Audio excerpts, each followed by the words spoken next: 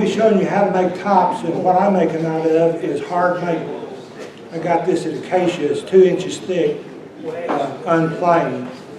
What I did is I took a caliper reading on its thickness and ran it through the table saw at the same width, so I have approximately a square piece. This chucks up a lot better than a piece that's not squared. See, if you had a square, then every job can get a hold of it. And I use this because I'm too lazy to put it between centers.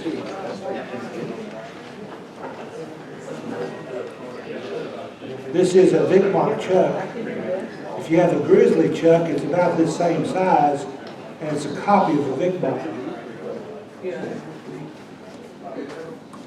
Chuck it in there.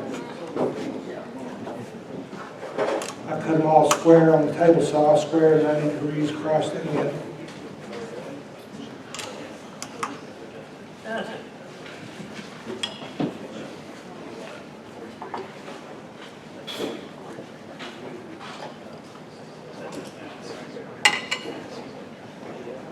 Finger tops is what we're after. This is a finger top. And you spin it just like so. They're not hard. Something everybody should have. I used to have it on my workbench and I took it off because I was spending too much time spinning it. It's kind of a fascinating thing. Now I turn the tip first and the shaft after that because I get a better balanced top. I've done it both ways, and it works both ways. You can put the pointed end inside if you like, but it just seems to be a better balanced top if you do the base first. And that goes along with what I consider basic or elementary wood turning. You always start from this end and wind up on this end. You start the furthest away from the headstock and wind up right up next to the headstock. I'll put that away. Where's that young gentleman? He's right here. This is a gift for him. And those of you who won tops, they're ones that I did in preparation for this demo. I'm going to show you how to turn a top using scrapers. And then I'm going to show you how to turn a top using cutters. This is a spindle roughing gouge. And it could be a scraper or a cutter. I use it as a cutter. What I'm going to do is turn this in smooth and put a tenon on it to hold in this chuck. But first I'm going to get rid of this watch.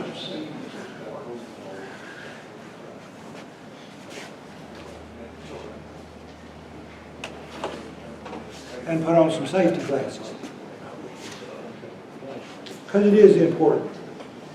You know, if you've got a big old hairy log with a bunch of bark on it and you're turning it between centers, you need a face shield. I didn't think so, but I had the face shield on. The bark, about half of that bark came off and hit me right in the face shield. Demolished the face shield, but I didn't get scratched. It does. It makes a believer. Eye protection is... Hearing protection, yes, you will lose your hearing.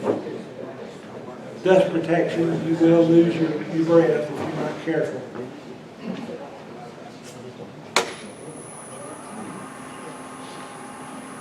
That's at about 10:50. I'll turn it up a little faster. That's 1274 instead of 73.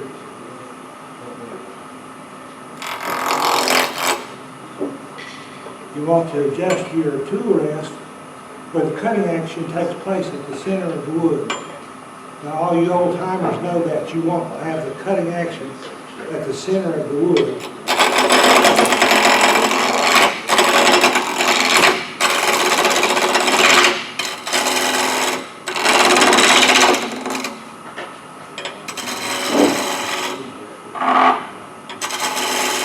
I'm doing this to see if it's smooth. Not quite.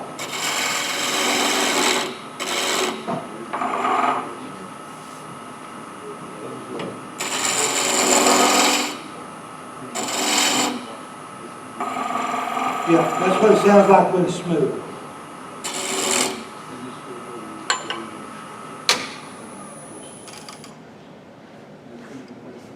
Well, that's just about right for a tenant. This is a 3/16 inch scraper, just sharpened like so. Normal sharpening. But this tool you can use as a cutter or scraper. If you use it as a cutter, you start and it's like unrolling a little piece of tape as you go down to the middle. As a scraper, you just put it in square and it pulls out hunks of wood. So if you use this tool, try to learn to use it down with the handle down.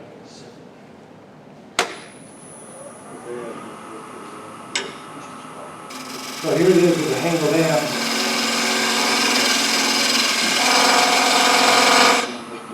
A little more for the tenon. Use about 1/4 of an inch for a tenon.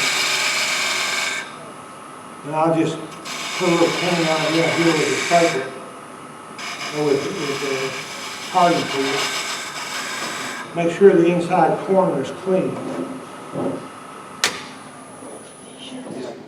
Now what I'll do is turn it around, and that tenon is just fitted for this chuck. The closer to closed that you can get the chuck, the better, because it will be gripping the whole surface of the tenon. That's just a little big. You can see the space between the jaws. That's a little big, but it'll hold well. Always check the second turn screw on your chuck. Give it just a little extra. The wood fibers will compress a little bit, but you want it locked in there solidly.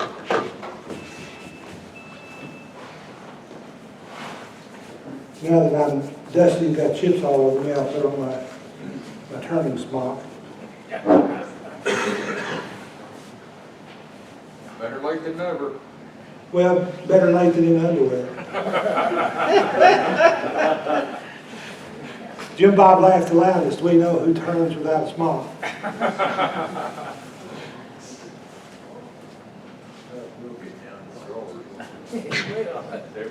Really, on purpose. This is about the most fun you can have with your clothes on, let me tell you. Now I want to smooth it down to a cylinder. I will use these spindle roughing guides to do that. It's just ground off at about a 45-degree angle. It's right straight across. You can use it down on the shoulder. You can use it in the middle. You can use it on the other shoulder. It's a real nice tool. You don't have to sharpen it very often because you've got so much edge to work with.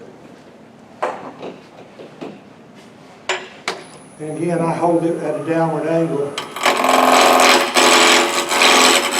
We'll also teach you to turn with your mouth closed.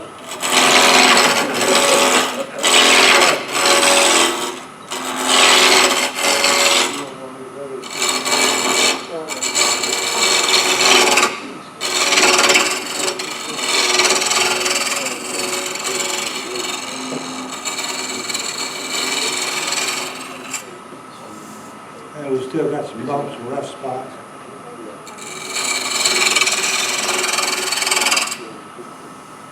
It's getting better.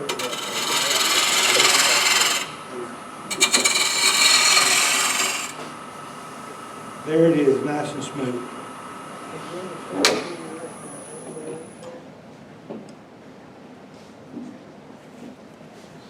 And these things don't have to be perfect. You don't have to be perfect in any of your work, but you do have to observe certain rules. If you're going to use a scraper, the cutter needs to be at the center. Right now the handle is down just a little bit. I'm going to raise this tool rest just a little bit. And see, I have it now where I've got it straight out and the cutter is right at the center. For those of you who are a fan of the negative rake scraper, when it's like this, it's a scraper. When it's like this, when the handle's up, it's a negative rake scraper. You don't have to buy a dedicated scraper and sharpen two facets on it. Just hold it down a little bit. Now this is a 1/2 inch by 1/2 inch tool steel, high-speed steel.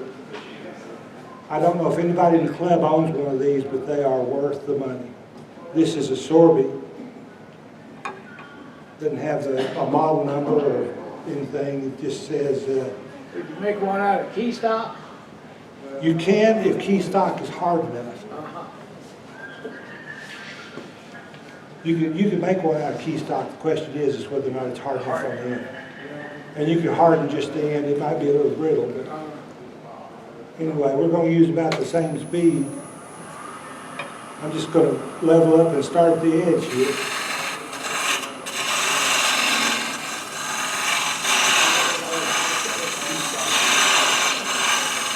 Now, if you're using a regular 1/2 inch scraper that's thin, it's like a 1/4 inch. Well, I didn't bring one.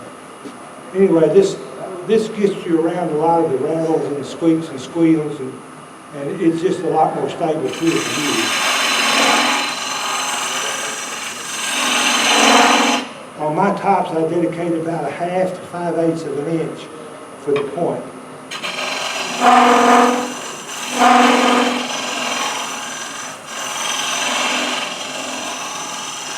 And you can see how easy that is. And I'll follow the rules and turn the thing off before I move the rest.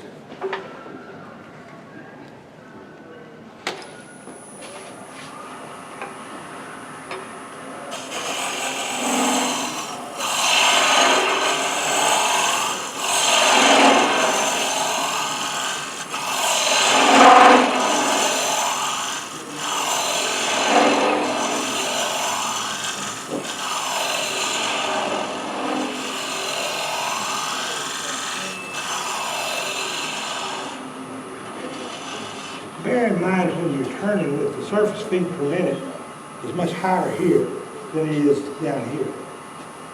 So turn accordingly. The actual center of the thing is not turning at all, it's just there.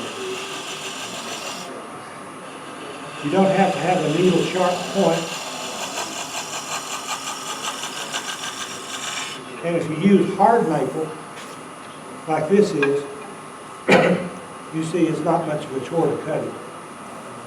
Might be on your table saw, it might smoke and burn and buckle and jump. You can take the back of a tool, the bevel on the back of a tool, and burnish that point just a little bit. What you'll do is you'll harden that point to about twice its hardness by burnishing the bottom of the point. This will keep the point on the top a lot longer. It'll wear like iron. Tom, you're saying you just heat that top up? Is that what you're doing there? Heat it up. You're talking about this? Yeah. No, you just burnish it a little bit, put some pressure on it. Heat. A little heat, a little pressure. Well, a little heat, a little pressure. There's going to be some friction in harder the heat. where it will last longer? It'll wear better, Harry. It'll wear better. And I'm not saying that you must use maple. I use hard maple for two reasons. One, the point lasts longer, and two, they color better and easier using Sharpie markers. A little CA glue on that tip would harden it too. Yep, it sure would. A drop of CA glue would harden it up. I'm going to call that about 60 degrees. It's got a gentle curve in it. But I'm going to say that's about 60 degrees. And you can do that where the surface feet per minute is real slow. If I tried to do that on the outside of this, it would have ruined the tip on the marker.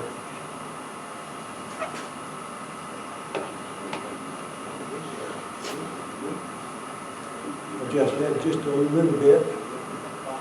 Let's see where I am here. That looks like about the center.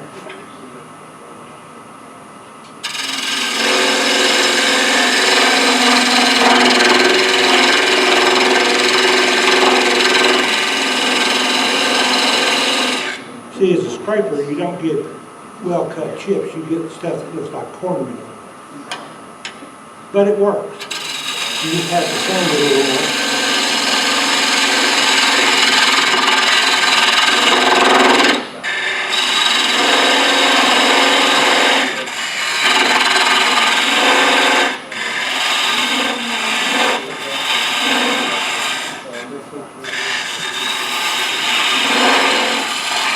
I'm going to leave about 1 inch diameter in the center there. I'm going to take this round nose scraper and scrape down a little bit, get some of that excess out of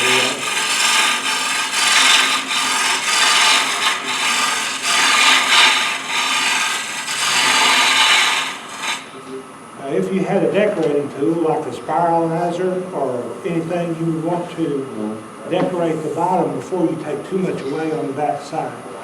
That's just a vibration thing. If you take too much off, it'll flex and you won't be able to get a good cut on it.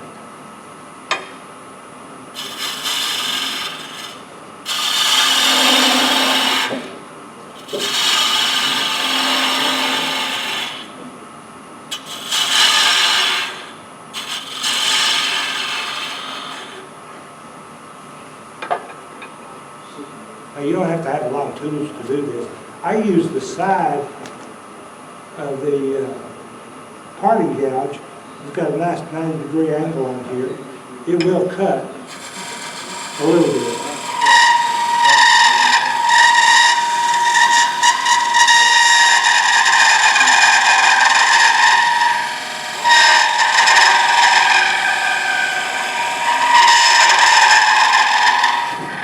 Just blend that in. Now, Tom, with that screeching noise, you were getting a little bit of a pattern, right? Yes. Anytime you hear noise from a tool that's not cutting a chip, any kind of a whine, a grind, or a bump, you're leaving little ridges. I'm going to come back, see if I can take those off.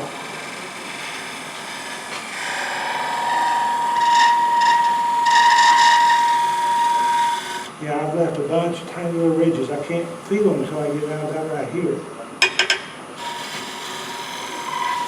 Well, that could be decoration. It could be. But right now, what I'm going to do is I'm going to turn the speed down.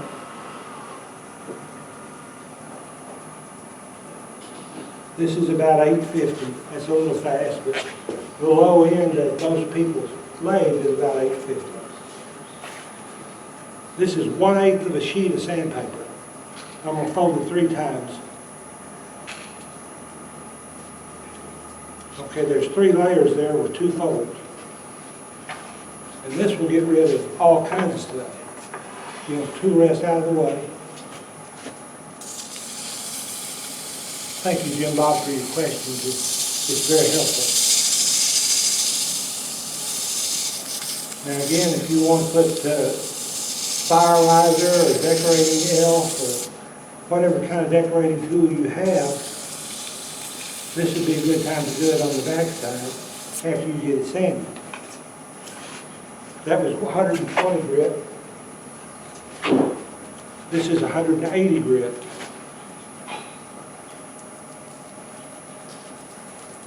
And you will want to sand your tops that you scrape. If I can learn to fold the sandpaper correctly.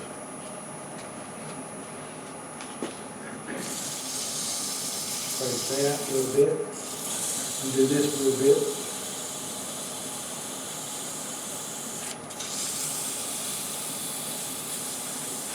If you're really going and everything's working right and the moon's in the right phase and everything, you can do one of these in about 20 minutes. Well, that's what the problem is. I believe that. Yep. I haven't had the moon in the right phase yet. Yep. Moon's got to be just right. This is 240 grit. This is about where I stop. I do have a 400 grit piece laying over there, but I don't use that very often because 240 is fine enough that you can't see the individual scratches in it. Plus, it takes color real well from the markers.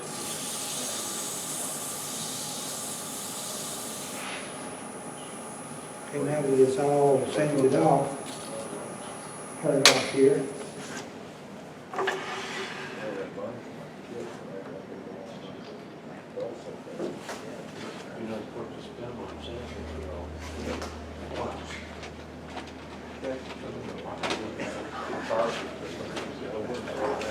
Let's see which one of these will do the best.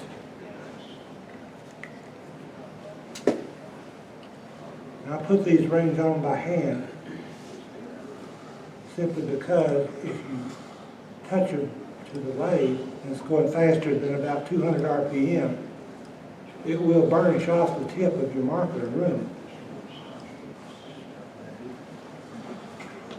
Maybe that's why mine are always so tall. Yeah, you just have to throw them away and go back to Walmart. I think Walmart's probably the best deal on these.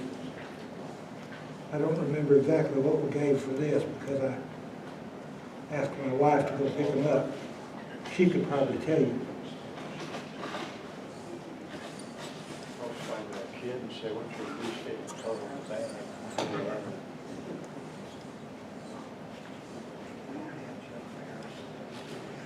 And you could do anything, any kind of decoration you want. You could dye that or put colored marks on it.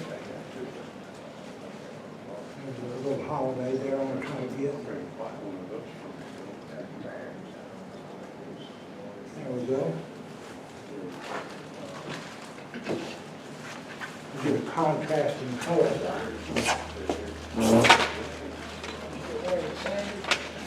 Something like green. Use your own color sense when you decorate these things.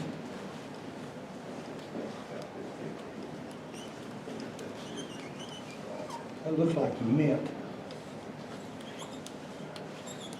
It's real pale green. This is about as interesting as watching sanding, I guess.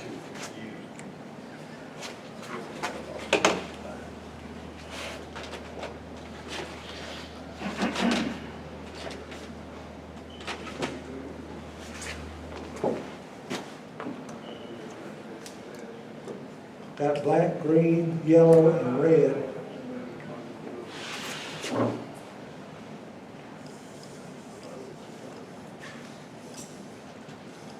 Little veins of blue on it.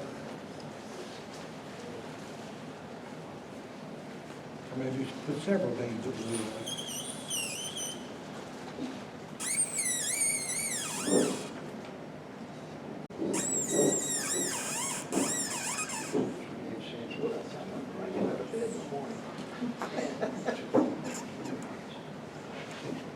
Now that didn't work as anticipated.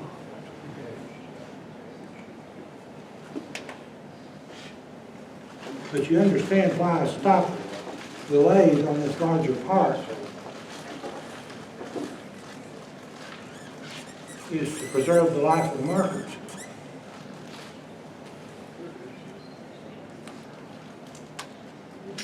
Let's see how yellow does. Having white wood like maple or hard maple, you could use either one. If you do a drop of super glue on the tip, I think you could probably even use walnut. Oak is very porous. I've never tried it in oak, but I think with enough super glue you can make one. Vicki did a ton of tops out of oak, and they spun great. Do they? Yeah.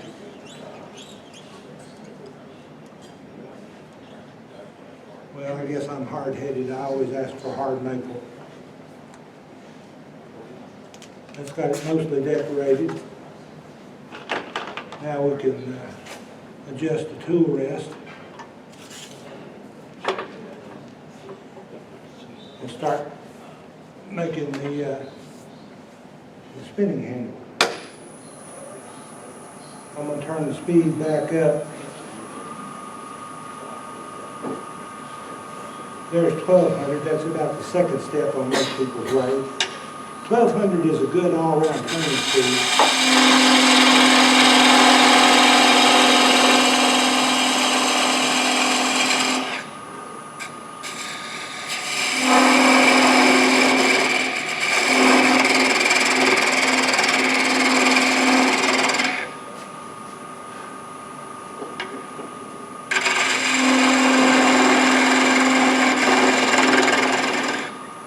point, you don't want to put much pressure at all on the outside of the top because that half-inch dowel will bend. And the skinnier it gets, the more you want to stay away from it. It's like doing a bowl. You want to make the thickness of the bowl wall the same from top to bottom. Don't make it thick at the top and expect to come back and cut it off because vibration will cue you.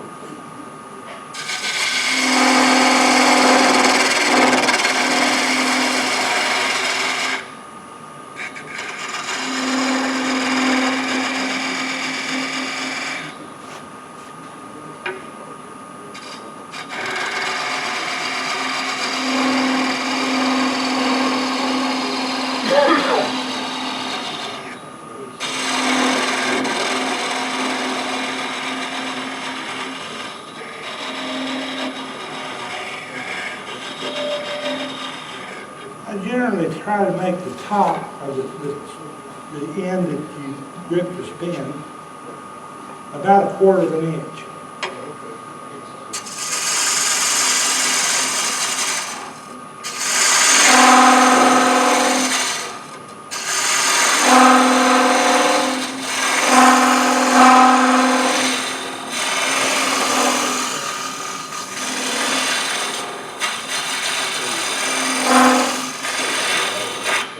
These tools will really work for you if you get the cutting wheel right at the center.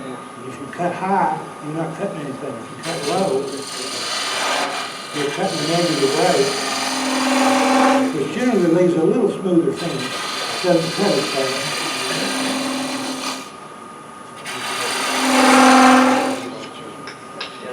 At this point, I think I'm going to go back to the parting gouge or parting tool.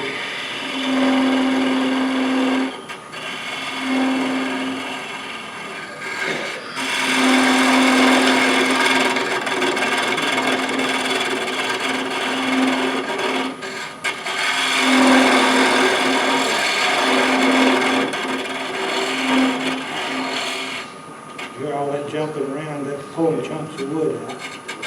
You'll need to sand this.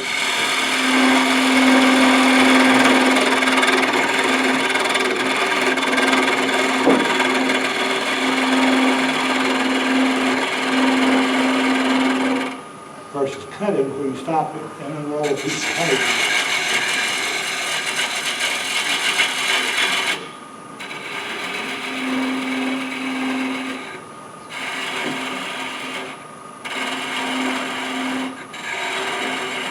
And if your cutting blade is wide enough, you can use this like a skew.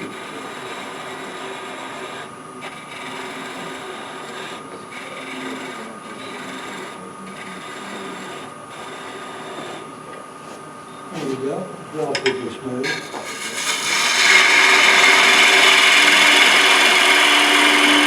Not wanting to waste any wood, I generally go right up to the chuck.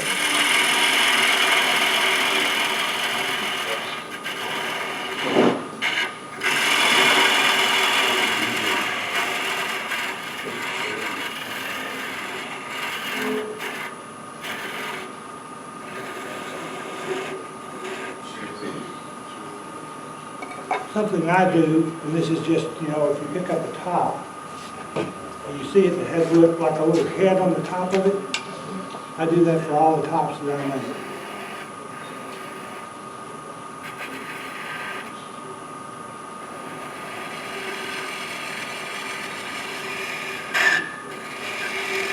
Okay, it's just barely hanging on there.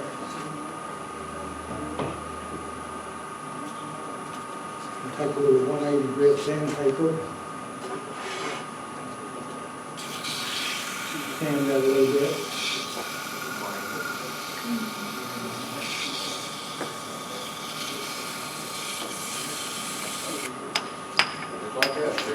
Yep. Now I'm feeling better. I'm glad to see a professional. It was just a little small.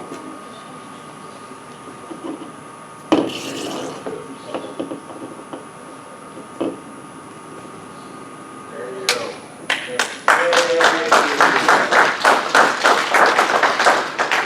That's cutting one. I'd call You take a little sandpaper and sand that break off at the top, go ahead and color the spindle. When they pop off like that, it means it's finished. That's kind of like a turkey timer. When it pops up, you're done.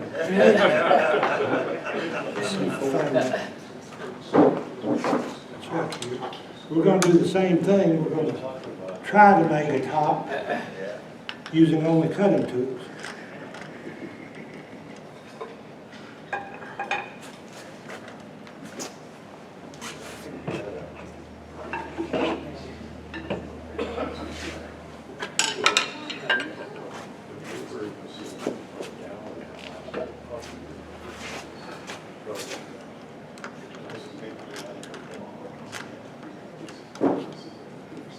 You say you start with block 2.5? 2 by 2 by 2 3/4. 2 3/4. That's just because I'm cheap. You know, and I turn all the way up to the Yeah. right. tenon.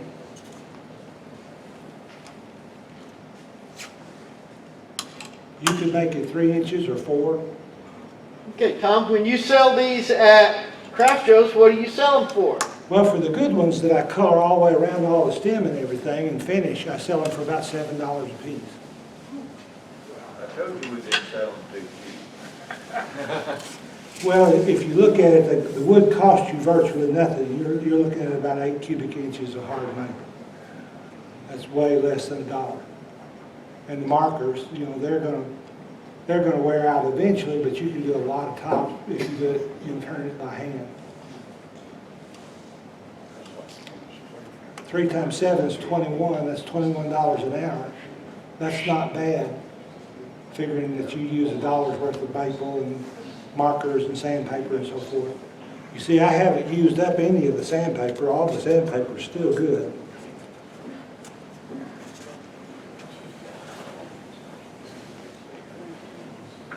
When one part gets a little burn in it, you just put a fresh part to the surface. And the ends and the edges and everything are still good. Hey, you've got about 15 minutes. Okay, let's see if we can, I'm going to gin this up a little bit.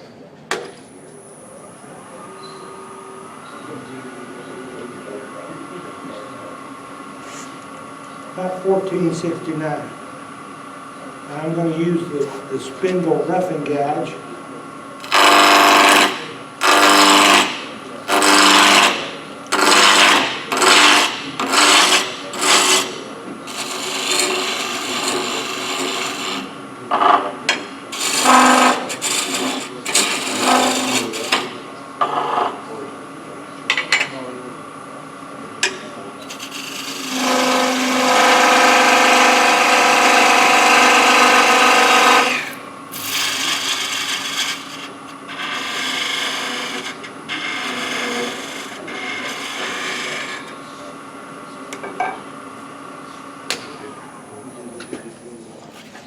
And honestly, if everything is well sanded, you can't tell the difference in one that's been scraped or one that's been cut.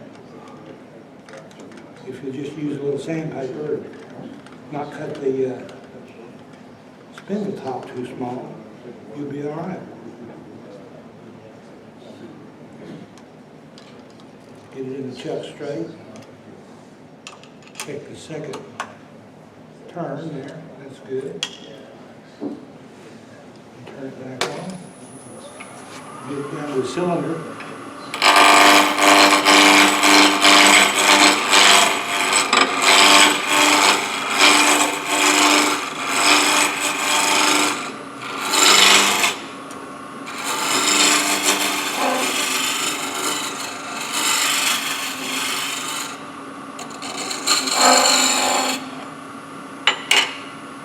Try to use the right end of the tool. You know, this doesn't work very well at all. Line up your cut with your bevel.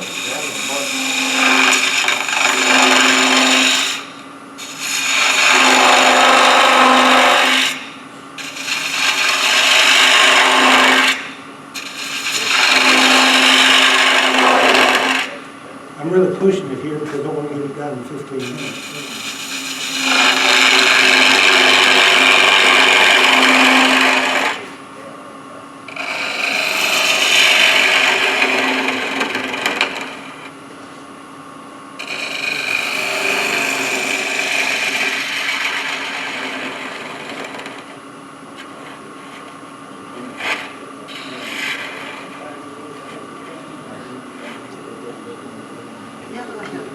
furnace down a little bit, make it hard.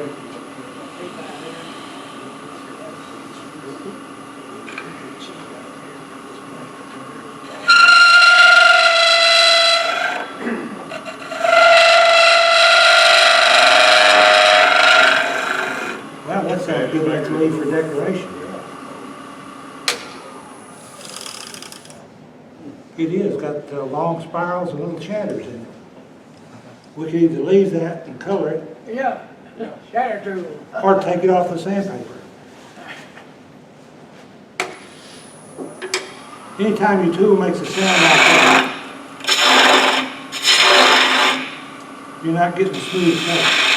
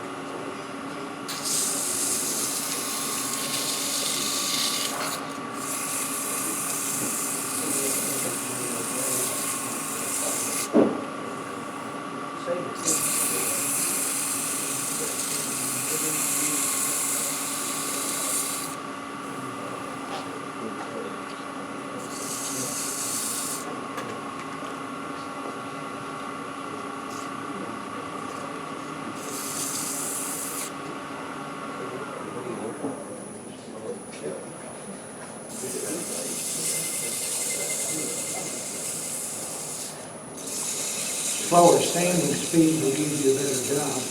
Make your sandpaper last a lot longer too.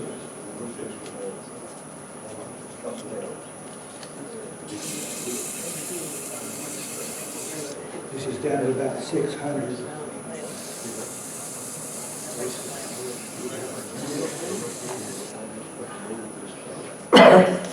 I'm not going to take the time to decorate this one like I did the first one. I'm just going to cut it on down and make a top of it.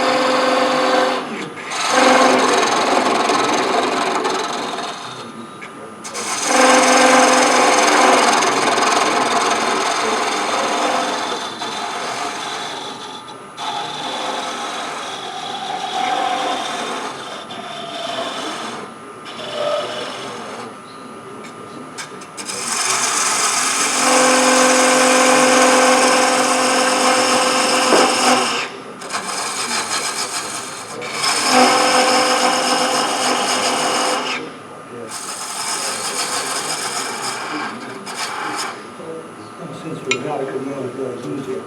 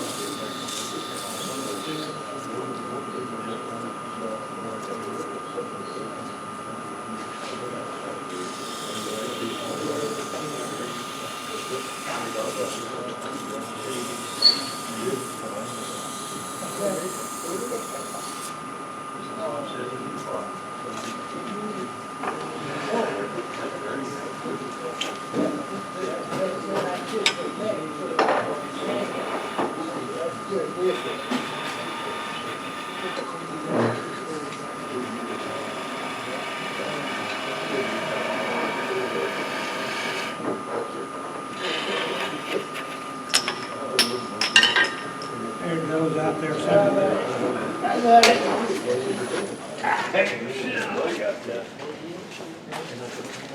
Go for it. Go for it. Now I don't have to bend over, it's okay with me. I don't like snapping your fingers. What? Those I are don't like right snapping your hands. fingers. There you go. I don't know what the time was. 10 minutes?